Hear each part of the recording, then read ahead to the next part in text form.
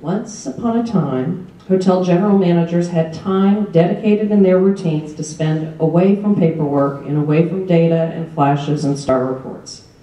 They were expected to be active and visible members of the community, serving in the Rotary Club or the Symphony League or whatever it was in the community that was the civic highest of highs. They were in the hospitality business.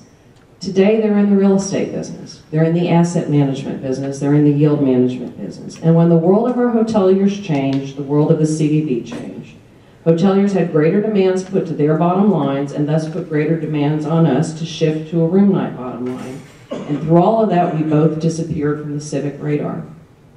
As an industry, we lost our seat at the table, and so community leaders stopped seeing anyone with a common frame of reference. When we did come to lunch, we talked about ADR and RevPAR and stopped talking about the community and the bigger picture.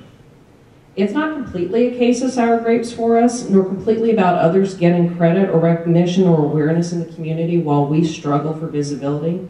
But what's so important about what got lost when we disappeared from the radar is this.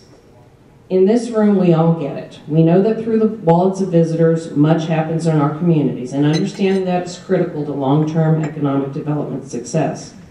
But most of the time, those visitors are invisible to our residents because the business they're conducting isn't visible to the public.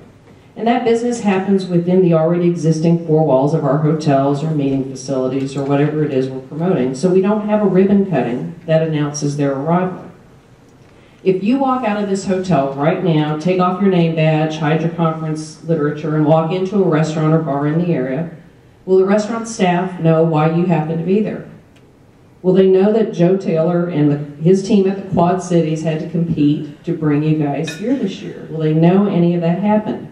No one ever questions the value of a Chamber of Commerce, and I know many of you are actually Chambers members, but I do believe the reason people don't question them is so much of what they do is clearly visible.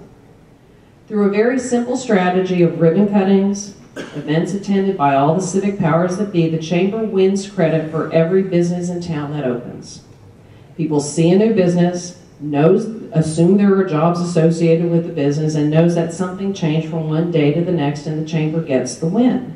And the fact is we've got ribbon cuttings of our own happening every single day or every couple of days in our community as one group moves in and out of our hotels or our tour groups or any of those kinds of things. It's just that our outside of our buildings doesn't look any different to the public at large.